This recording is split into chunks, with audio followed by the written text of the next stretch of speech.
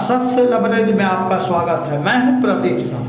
बात आज हो रही है किसान की, खेती की और खाद की। फार्मिंगगंज में रासायनिक और जैविक खाद से जुड़े जो मामले हुए पर्यावरण प्रदूषण का, इस मामले में फार्मिंगगंज एसडीओ सुरेंद्र कुमार अलबेला ने 7 सदस्यीय कमेटी गठित की।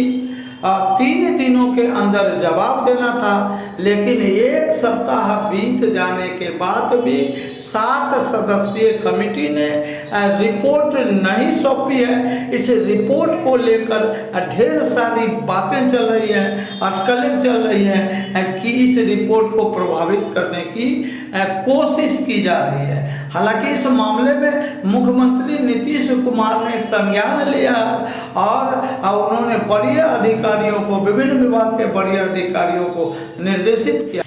कहते हैं कि पूरे विश्व में इस समय पर्यावरण को लेकर चिंता है। इस फैक्ट्री के संदर्भ में यही बातें सामने आ रही है। अभी जांच, जो जांच 7 सदस्यीय जांच दल की जांच है, वो जमीन से जुड़े और अन्य कागजातों की जांच कर रहे हैं, लेकिन इस कमेटी पर सत्य, इसकी क्षमता नहीं है। इसमें उद्योग विभाग से जुड़े लोग नहीं है, इसमें तकनीकी रूप से जुड़े लोग नहीं है। इसीलिए मांग की गई थी कि दूसरी कमेटी, क्षमता से अधिक वाली कमेटी बनाया जाए। फिलहाल अभी रिपोर्ट नहीं आया, रिपोर्ट पे भी सवाल उठने शुरू हो गए। आइए चलिए उनके मालिक से सुनते हैं अभय दुग्गल क्या कहते हैं। सत्य से लबरेज में आपका स्वागत है अभिषेक जी।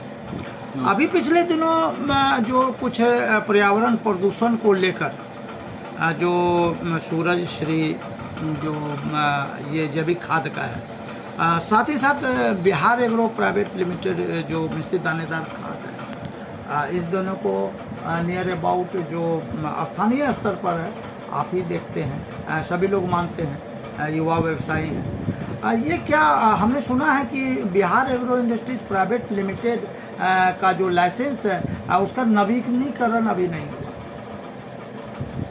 बिहार एग्रो इंडस्ट्रीज का जो लाइसेंस है, इसका नवीकरण हमारा अप्लाई किया हुआ है। 11 दिसंबर के अंदर में इसका टाइम टेन्योर खत्म हो गया था लाइसेंस का, और सच समय उसका हम लोगों ने ऑनलाइन सारा का सारा प्रतिवेदन जमा कर दिया और साथ में उसका चालान वगैरह करके 100% कंप्लायंस की भी है।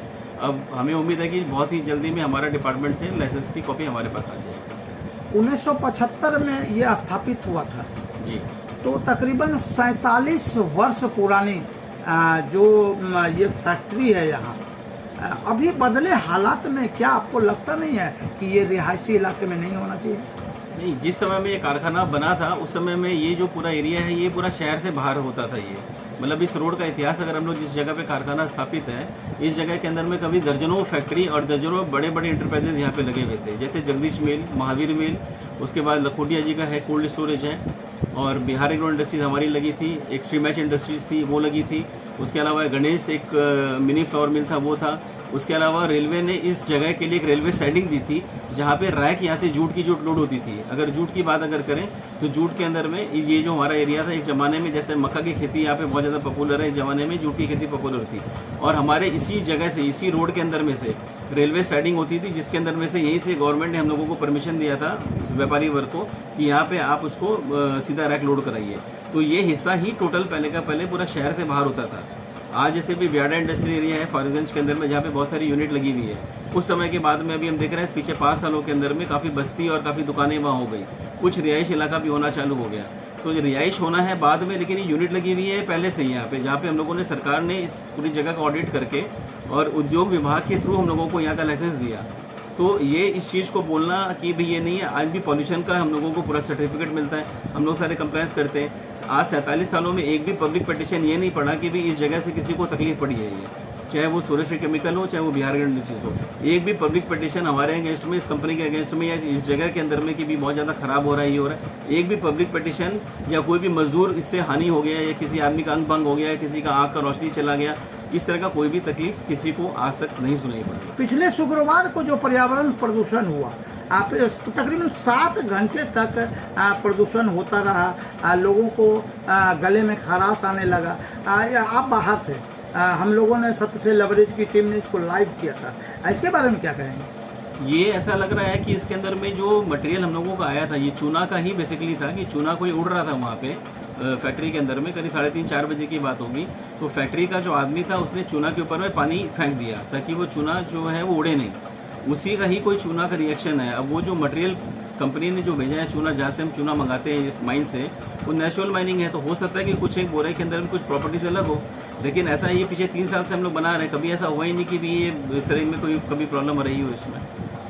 तो कुल मिलाकर के जो रिहायशी इलाका है, इस इलाके में रासायनिक केमिकल से जुड़ा Surajshree Bihar agro industries private limited में तो हमेशा दानेदार खाद बनते हैं, लेकिन जो केमिकल का रिएक्शन है उसमें घटना के दिन आपके यहाँ कोई भी जो लेबोरेटरी है उससे जुड़े लोग केमिस्ट भी नहीं थे। नहीं, सूरजश्री केमिकल लिमिटेड में प्रोडक्शन एक्चुअली चालू था ही नहीं वहाँ पे वो तो चूना जो था वो उड़ रहा था। उससे पहले मैं 3-4 दिन पहले ट्रक खाली हुई थी और जो चूना वहाँ से उड़ रहा था, वहाँ पे उस चूना को पानी डाल के रखा कि भी पाउडर उड़े नहीं, कोई प्रोडक्शन के क्रम में नहीं हुआ। विजुअल हम लोगों ने लाइव दिखाया है उसमें आपका माल सूरजश्री का तैयार हो रहा था और पैकिंग भी हो रहा था। नहीं, वो 2 अलग अलग सेगमेंट है। वो सिर्फ पैकिंग का जो सेक्शन था, जो लिक्विड पैकिंग का सेक्शन अलग है, जहाँ पे पीजीआर वगैरह बनता है, प्लांट ग्रोथ प्रमोटर वगैरह बनती है, उस सेक्शन के अंदर में सिर्फ पैकिंग का काम चल रहा था, प्रोडक्शन का काम नहीं चल रहा था वहाँ पे कोई। अब सवाल ये उठता है कि सूरजश्री केमिकल लिमिटेड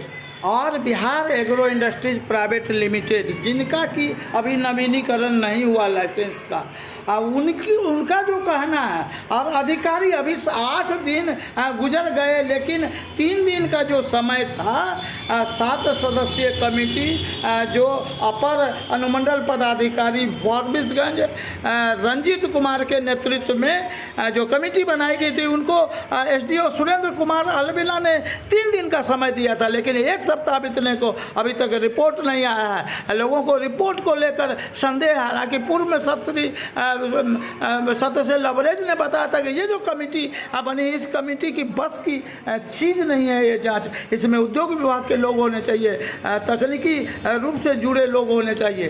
कुल मिलाकर स्थिति यह है कि फारबिसगंज के शहरी क्षेत्र में जो यह फैक्ट्री है या पर्यावरण की दृष्टि से उचित नहीं है, लेकिन इनके मालिक का कहना है कि आज तक 47 वर्षों में एक भी लोगों ने इस फैक्ट्री के संदर्भ में कोई कंप्लेन नहीं किया है।